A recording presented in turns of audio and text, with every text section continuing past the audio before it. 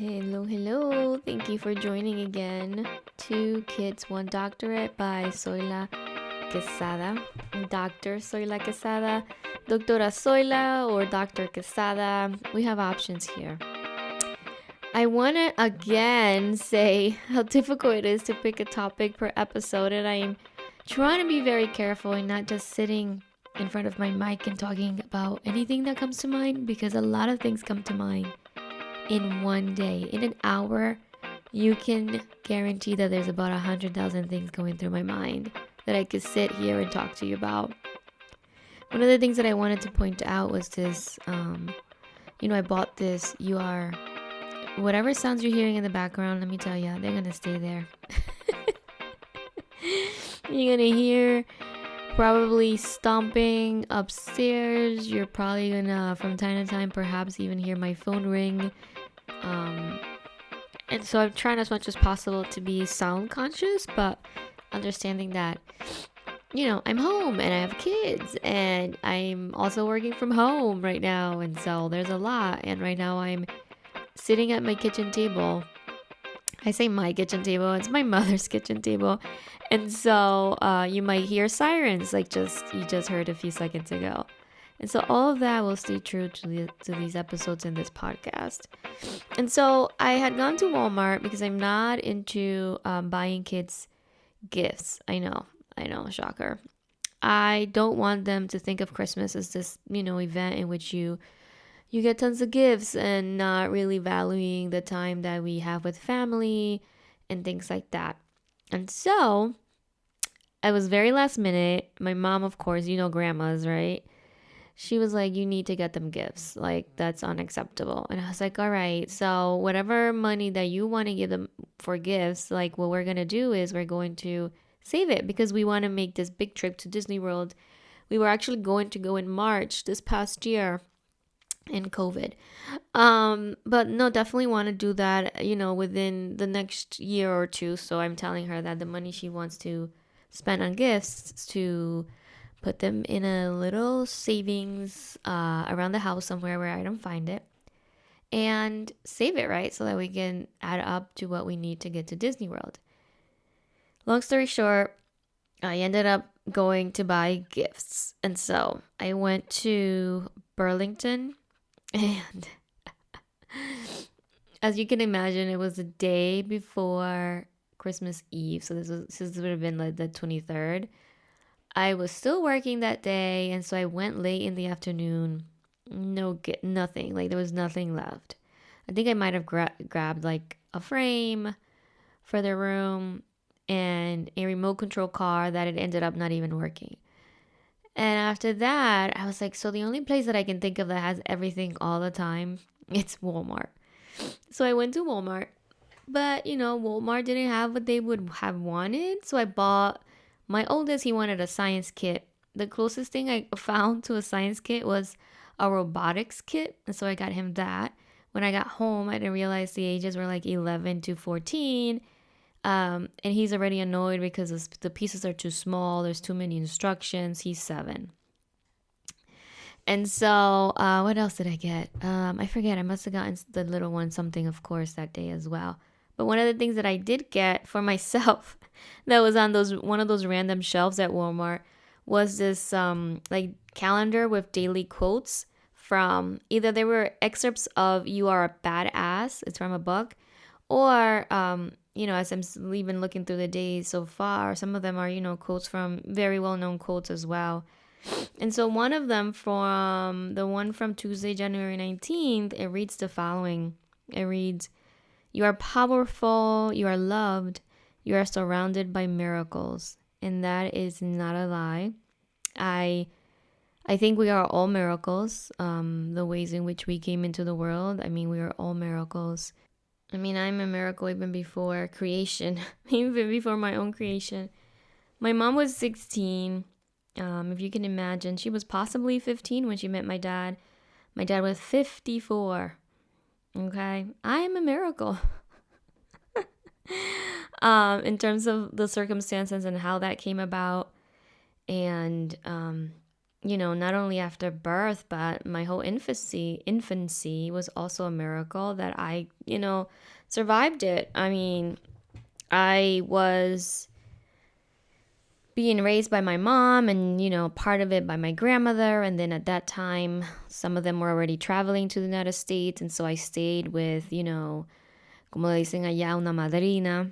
And I can't imagine me as a baby, because when I see my kids as babies, and what I mean is I can definitely imagine myself as a baby, but I can't imagine the helplessness that there was when I was born, and sort of who's going to take care of this child, and who did, and who took me in, and who provided for me at such a young age, when all you need is your mama. And so I do trust that I was a miracle even through that period of time. The other thing is that even after I started having kids, which that's a whole nother story, I believe that was a miracle. My oldest son was born purple, not blue, purple. He had been stuck in the canal for too long, and so he wasn't breathing when he was born. And so he's a miracle, right? I remember when he was born, and the nurse said whatever she had to say in code to get some of the doctors in the room. I remember I turned around and I told my then husband, my ex-husband, pray, pray, pray, pray, pray, pray, pray. And we prayed so hard. I mean, my God, my second son was a miracle too. Whew.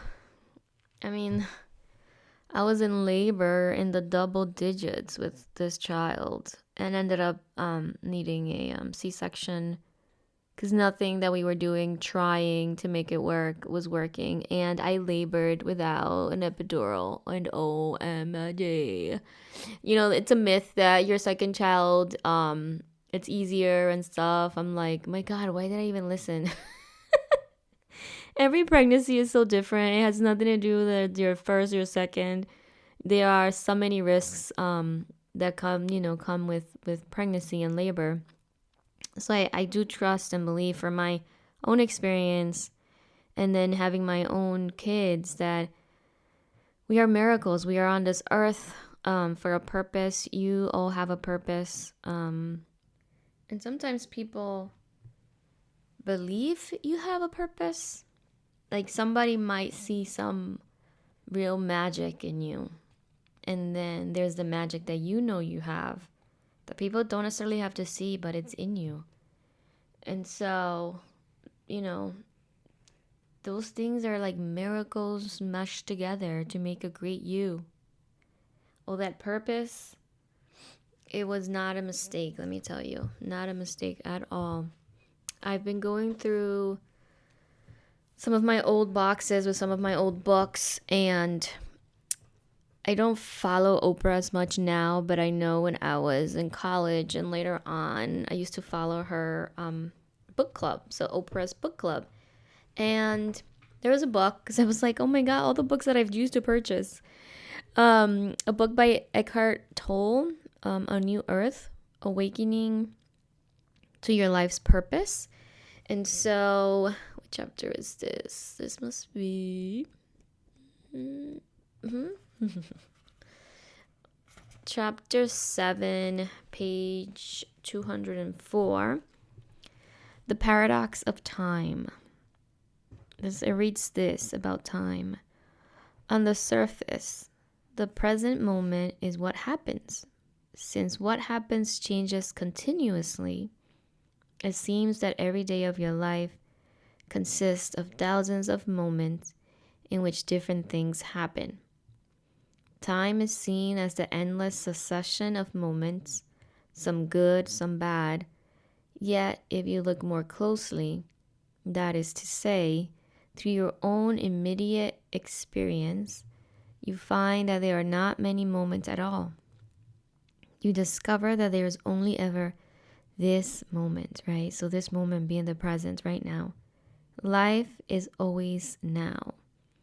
Your entire life unfolds in this constant now.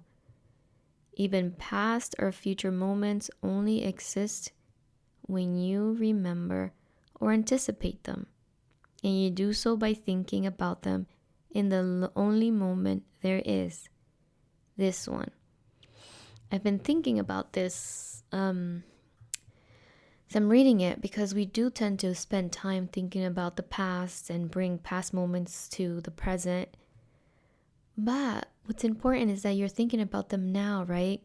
Like today's experience for me will be in my memory and will be part of tomorrow's now.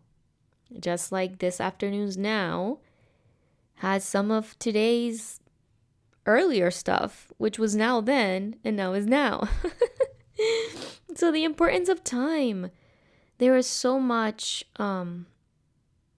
that we need to sort of like pay attention to. We need to try to center ourselves. Remember to enjoy the moment, to enjoy the now. Making sure that the now memories will be retold in the now tomorrow, and that they will be remembered with happiness and enthusiasm. And, we can't ever hide from the bad, right? Some things will happen to us, but also depends on how we react to them. And so I do highly suggest, my book, I wish I could show you a picture. The pages are brown because they've been in a box for so long. And I truly forgot how meaningful it was to read books like these then. When I was reading books, mostly because they were popular, because Oprah suggested we read them, but how much of my consciousness was I really using to pay attention to the messaging in the text, right? I have some of the pages highlighted, but what did that really mean to me then? I have no idea. I can't tell you. I can't remember. So yeah, enjoy the now. Enjoy your time. Bring those beautiful memories into the present. And don't forget that awareness piece. Make sure you are enjoying it as well. You're not only living it, going through the movement, but you're actually enjoying today. Enjoying the now. I'm going to leave you with that. Remember, you are a miracle. We are all miracles. You have purpose. Awaken that purpose within you. And last, go live in the now. Go live your best life right now. As always, thank you so much for listening to 2 Kids, 1 Doctorate by Zoila Quesada. Doctora Zoila or Dr. Quesada. I'm just giving you options at this point. Take care. See you soon. Wait a minute. Hear you soon.